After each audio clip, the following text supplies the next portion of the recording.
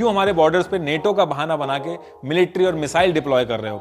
Ukraine को हथियार supply करके आपका कौन सा पर्पस पूरा हो रहा है? ये ईगो की लड़ाई आप तभी करते हो जब किसी और की जान दांव पे लगी होती है। इंडिया को भी जरूरत थी यूक्रेन की न्यूक्लियर टेस्टिंग के टाइम पे, कश्मीर के टाइम पे, यूएनओ सिक्योरिटी काउंसिल में परमानेंट सीट के टाइम पे, पाकिस्तान को हथियार सप्लाई करने के टाइम पे। ये ह्यूमैनिटी का पार्ट जो आप वर्ल्ड को पढ़ा रहे हो, उसी ह्यूमैनिटी के लिए अगर कुछ नुकसान आप भी उठा लेते तो जो लोग हैं वो आज अपने परिवार वालों को मरता हुआ नहीं देखते। एक तो एंटी रशियन कंट्रीज का ग्रुप बड़ा हो रहा है, दूसरी चीज रशिया के बॉर्डर्स पे यूएस की मिसाइल्स और मिलिट्री पहुंच रही हैं। अगर सच में इनको छोटे देशों की इतनी चिंता होती तो अफगानिस्तान को रातों रात छोड़ के भाग नहीं आए होते। लोगों को रशिया के साथ साथ यूएस से भी पूछना चाहिए कि आपको जब मालूम था कि रशिया एक अग्रेसर है तो आप क्यों उसका अग्रेशन टेस्ट कर रहे थे? देखिए, वॉर का नाम सुन के न्यूज चैनल और लोगों में बहुत एक्साइटमेंट आ जाता है कि वॉर हो रही है, एक नया टॉपिक मिल जाता है टू डिस्कस, एक अलग लेवल का एड्रिनल रश होता है जो नॉर्मल वेब सीरीज नेटफ्लिक्स पे देखने पे या न्यूज देखने में नहीं आता है। लेकिन जो लोग वॉर की एक्चुअल सिचुएशन जानते हैं, जिनके अपने वॉर जोन में होते हैं, उनको वॉर के नाम से एक्साइटमेंट नहीं होती है, उनको बल्कि डर लगता है। इस चीज का वो लोग ज्यादा अच्छे से रिलेट कर पाएंगे जिनके अपने भाई या फिर फादर या फिर बेटे गलवान रीजन में थे जब वॉर जैसी सिचुएशन थी। देखिए, दुनिया की कोई भी कंट्री नहीं चाहती कि उसको कभी भी वॉर का मुंह देखना पड़े। इनफैक्ट रशिया जो इस समय अटैक कर रहा है उसको भी बहुत अच्छे से पता है कि वॉर से कंट्री अपने आप को रिस्क पे डाल देती है, भले वो कितनी भी बड़ी सुपर पावर हो।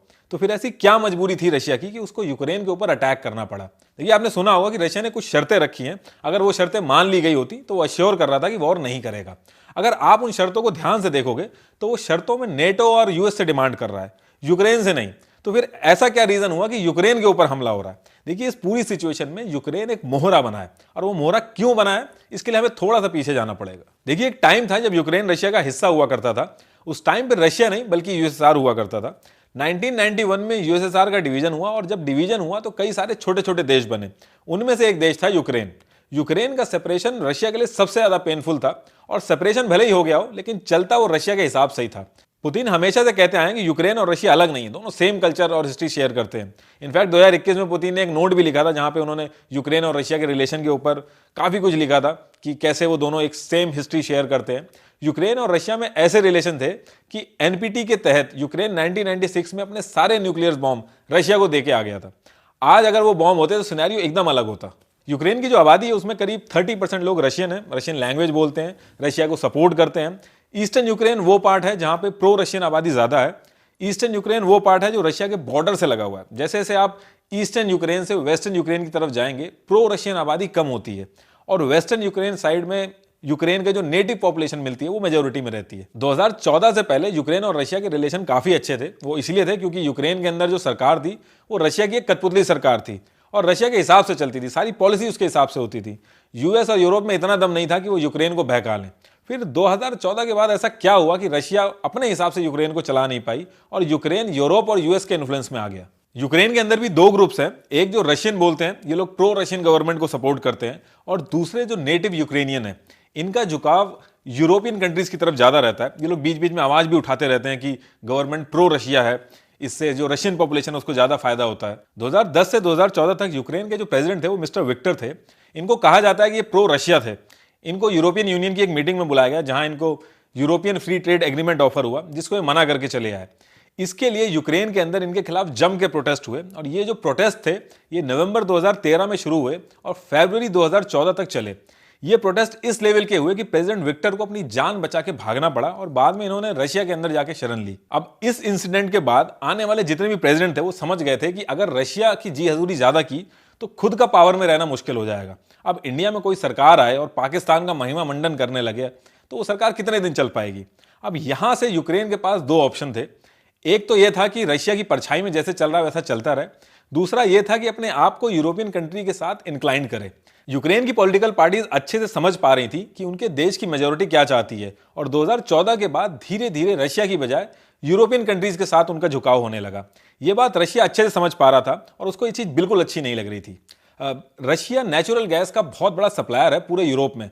30% नेचुरल गैस अकेले रशिया देता है यूरोप को। देखिए, जब नेचुरल गैस सप्लाई की जाती है तो वो पाइपलाइंस के थ्रू की जाती है, और जिस कंट्री के थ्रू ये निकलती है उस कंट्री को उसका रेंट देना होता है।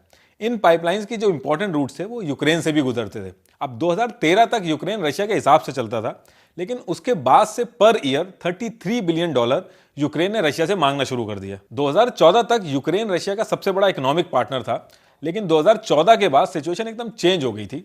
रशिया चाहता था कि यूक्रेन यूरेशियन इकोनॉमिक यूनियन इसको ज्वाइन करे, ये एक फ्री ट्रेड एग्रीमेंट है, लेकिन यूक्रेन ने उसके लिए भी मना कर दिया।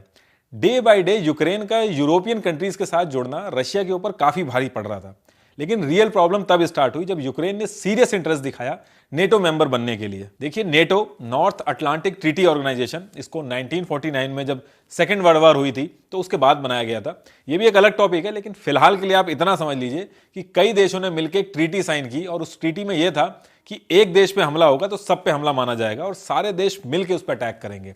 और जो देश नेटो का मेंबर बनता है वहां पे कंबाइंड मिलिट्री ड्रिल्स होती हैं, मिसाइल्स इंप्लांट किए जाते हैं, सिक्योरिटी मेंटेन की जाती है। अभी आप इसकी वेबसाइट पे जाओगे तो maintaining peace and stability in the region, ये सारी चीजें लिखी हुई हैं। लेकिन ये सबको पता है कि यूएस और यूरोपियन देश ने इसको यूएसएसआर को काउंटर करने के लिए बनाया था, ताकि यूएसएसआर छोटी छोटी कंट्रीज पे कब्जा ना कर ले। ये भी स्टार्ट हुआ तो 11 कंट्रीज थी, लेकिन कंट्रीज ऐड कर करके आज की डेट में इसमें 30 मेंबर हैं। देखिए, जब तक वेस्ट यूरोप में नेटो अपने मेंबर्स बढ़ा रहा था तब तक रशिया चुप था, लेकिन रशिया को इस बात से दिक्कत होने लगी कि यूएस एक स्ट्रेटेजी के तहत धीरे धीरे ईस्टर्न यूरोपियन कंट्रीज को नेटो का मेंबर बना रहा है। एक तो एंटी रशियन कंट्रीज का ग्रुप बड़ा हो रहा है, दूसरी चीज रशिया के बॉर्डर्स पे यूएस की मिसाइल्स और मिलिट्री पहुंच रही हैं। एस्टोनिया हो गया, लातविया, पोलैंड के बॉर्डर के पास की कंट्रीज हैं, और यूक्रेन भी अगर मेंबर बन गया तो यूएस 1 से 2 मिनट में चाहेगा तो वहां से अटैक लॉन्च कर पाएगा रशिया के खिलाफ। आप नहीं देखोगे कि ये जाके नेपाल को नेटो का मेंबर बनाए।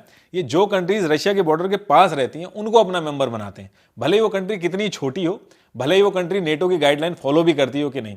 अब यूक्रेन है, यूक्रेन तो एलिजिबल ही नहीं है नेटो के लिए। नेटो की गाइडलाइन कहती है कि बॉर्डर डिस्प्यूट नहीं होना चाहिए, लेकिन यूक्रेन को वो अपना मेंबर बनाने के लिए रेडी है। अब कल परसों बाइडेन कह रहे थे कि हम ईस्टर्न यूरोप में फोर्सेस भेजेंगे ताकि रशिया छोटे छोटे देशों पे कब्जा ना कर ले, उनकी सिक्योरिटी की बात है। अगर सच में इनको छोटे देशों की इतनी चिंता होती तो अफगानिस्तान को रातों रात छोड़ के भाग नहीं आए होते। अब आप सोच रहे होंगे कि यूके बॉर्डर के पास मिलिट्री बेस बन गया तो कौन सा इतना बड़ा इशू हो गया कि वॉर होने लगी। देखिए, जियो पॉलिटिक्स में बहुत बड़ा फैक्टर होता है। यूएस और रशिया में अगर कभी लड़ाई होती है तो जब तक रशिया यूएस पे 1 मिसाइल भेजेगा, यूएस तब तक 10 मिसाइल भेज चुका होगा। भले ही उसके पास सुपरसोनिक मिसाइल हो, लेकिन रशिया डिसएडवांटेज में रहेगा। अब रशिया मैक्सिको, क्यूबा और कनाडा से ट्रीटी साइन कर ले और यूएसए के बॉर्डर के पास जाके मिलिट्री बेसेस बनाने लगे तो यूएसए बिल्कुल बर्दाश्त नहीं करेगा। और यही बात रशिया ने भी बोली है कि अग्रेशन आप लोग दिखा रहे हो, आप लोग क्यों हमारी फ्रेंडली कंट्रीज को हमारे खिलाफ कर रहे हो, क्यों हमारे बॉर्डर्स पे नेटो का बहाना बना के मिलिट्री और मिसाइल डिप्लॉय कर रहे हो, यूक्रेन को हथियार सप्लाई करके आपका कौन सा पर्पस पूरा हो रहा है। देखिए, यूएस ने काफी न्यूक्लियर मिसाइल डिप्लॉय कर रखी है यूरोप में और सब जानते हैं कि रशिया को काउंटर करने के लिए। अब रशिया किसी भी कीमत पे यूक्रेन को नेटो का मेंबर बनना अफोर्ड नहीं कर सकता। यूक्रेन नेटो का मेंबर इसलिए बनना चाहता ताकि वो सिक्योर हो सके, और नेटो कंट्रीज के लिए इससे अच्छी बात और क्या हो सकती है, क्योंकि यूक्रेन अगर नेटो का मेंबर बनता है तो 2295 किलोमीटर का जो यूक्रेन रशिया का बॉर्डर है वो एक्सपोज हो जाएगा। रशिया के बॉर्डर पे नेटो की फोर्सेज आके बैठेंगी, लेकिन नेटो कंट्रीज तब तक नहीं आ सकती जब तक यूक्रेन नेटो का मेंबर नहीं बनता है। क्राइमिया, लुहांस और डॉन्स ये यूक्रेन के पार्ट थे। यहाँ रशियन पॉपुलेशन ज्यादा थी और यहाँ पे रशिया ने सेपरेटिस्ट मूवमेंट स्टार्ट करवा दिया, अपनी आर्मी की यूनिफॉर्म चेंज करवा के उन सेपरेटिस्ट ग्रुप में शामिल करवाया और 2014 में क्राइमिया के यूक्रेन से अलग कर दिया। फिर एक रेफरेंडम कराया, एक वोटिंग करवाई, वहां पे मेजोरिटी प्रो रशियन थी तो रशिया के हक में फैसला आ गया। सेम चीज लुहांस और डॉन्स में भी चल रही थी। लुहांस और डॉन्स में पहले से ही सेपरेटिस्ट मूवमेंट चल रहा था और ये दोनों रीजन ऑलरेडी रशिया के हिसाब से चल रहे थे क्योंकि प्रो रशिया लोग यहाँ पे ज्यादा थे।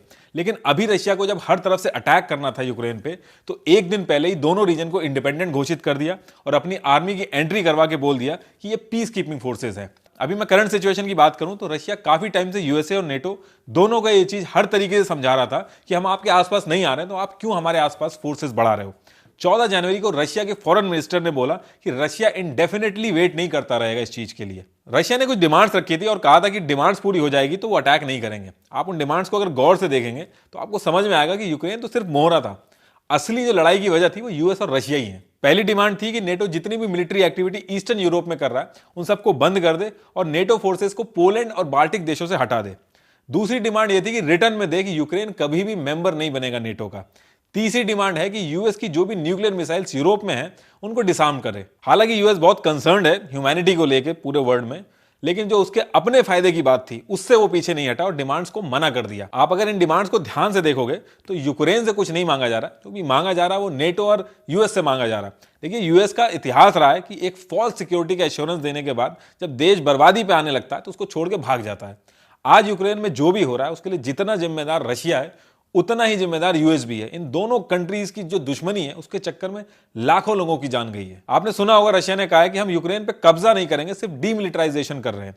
जब यूक्रेन पे कंट्रोल आ जाएगा तो वहां की गवर्नमेंट रशिया के हिसाब से चलेगी और फिर ये जो नेटो का डर है कि यूक्रेन नेटो में मिल जाएगा वो भी डर खत्म हो जाएगा। इस पूरी सिचुएशन में अगर आप ध्यान से देखोगे तो हर कोई कह रहा है कि यूएस को बीच में आना चाहिए मदद के लिए, बाइडेन बहुत बड़ी गलती कर रहे हैं, बाइडेन बहुत ही वीक प्रेसिडेंट है। देखिए, वो वीक नहीं, वो बहुत ही तेज प्रेसिडेंट है। जब वो बिना एक गोली चलाए इतना नुकसान कर सकते हैं रशिया का, उसकी जो फ्रेंडली कंट्री है उसमें वॉर करवा सकते हैं, तो वो क्यों बीच में आएंगे? भले ही रशिया बहुत बड़ी सुपर पावर है, लेकिन यूक्रेन के लोग इतनी आसानी से हार मानेंगे नहीं। उन्होंने कहा भी है कि हम पीछे नहीं हटेंगे, ना ही हम भागेंगे, और इसमें रशिया का भी बहुत बड़ा नुकसान होगा।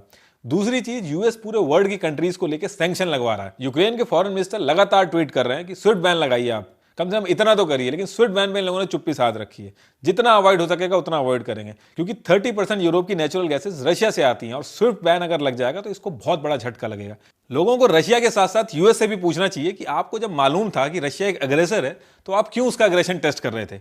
ये ह्यूमैनिटी का पार्ट जो आप वर्ल्ड को पढ़ा रहे हो, उसी ह्यूमैनिटी के लिए अगर कुछ नुकसान आप भी उठा लेते तो जो लोग हैं वो आज अपने परिवार वालों को मरता हुआ नहीं देखते। अगर आपके परिवार से कोई होता तो आप ईगो को अपना साइड में रखते और सिर्फ बातचीत से इसका हल निकालते, तब आपका ईगो सामने नहीं आता। ये ईगो की लड़ाई आप तभी करते हो जब किसी और की जान दांव पे लगी होती है। यूएस इंडिया के ऊपर कॉन्टिन्यूसली प्रेशर बना रहा है कि रशिया के खिलाफ बयान दो, लेकिन इंडिया बहुत बड़ी कंट्री है, वो यूएस के हिसाब से चल के अपना नुकसान कराने वाला देश नहीं है। आप देख लेना, इंडिया रशिया के खिलाफ नहीं जाएगा। थोड़े बहुत बयान आते रहेंगे कि वायलेंस नहीं होना चाहिए, शांति से इसका सोल्यूशन निकलना चाहिए, लेकिन रशिया जो कर रहा है उसको क्रिटिसाइज नहीं करेगा। वो रशिया को इस टाइम पे क्रिटिसाइज नहीं करना ही उसका सपोर्ट करना है। जियोपॉलिटिक्स में इमोशन से काम नहीं चलता है। यूक्रेन के लीडर्स ने दूसरी कंट्रीज के चढ़ाने में आके अपनी कंट्री के मासूम लोगों को मुसीबत में डाल दिया। वो चीज इंडिया नहीं कर सकता है, और इंडिया अगर रशिया के खिलाफ चला भी जाएगा तो उससे वॉर नहीं रुकेगी। सिर्फ एक ही चीज होगी, रशिया, चाइना और पाकिस्तान करीब आएंगे। इंडिया को भी जरूरत थी यूक्रेन की न्यूक्लियर टेस्टिंग के टाइम पे, कश्मीर के टाइम पे, यूएनओ सिक्योरिटी काउंसिल में परमानेंट सीट के टाइम पे, पाकिस्तान को हथियार सप्लाई करने के टाइम पे। उन हथियारों का यूज करके इंडिया में ना जाने कितने लोगों को अपनी जान गंवानी पड़ी। इन सब मौकों पे यूक्रेन इंडिया के अपोजिट खड़ा था, और इसमें उसकी कोई गलती नहीं है, आपकी भी कोई मजबूरियां नहीं होगी, लेकिन इस पर्टिकुलर टाइम पे इंडिया की भी मजबूरी है। कंट्रियों को अपनी लड़ाई खुद लड़नी है। जो ताकतवर होगा वो कमजोरों को चुप कराएगा। अभी यूक्रेन के साथ हुआ है, अभी फिर आगे ताइवान भी होगा। कोई बचाने नहीं आएगा, सब तमाशा देखेंगे। ये वॉर खत्म होगा और लीडर फिर से हाथ मिला लेंगे, लेकिन जिनके परिवार के लोग चले गए वो वापस नहीं आएंगे।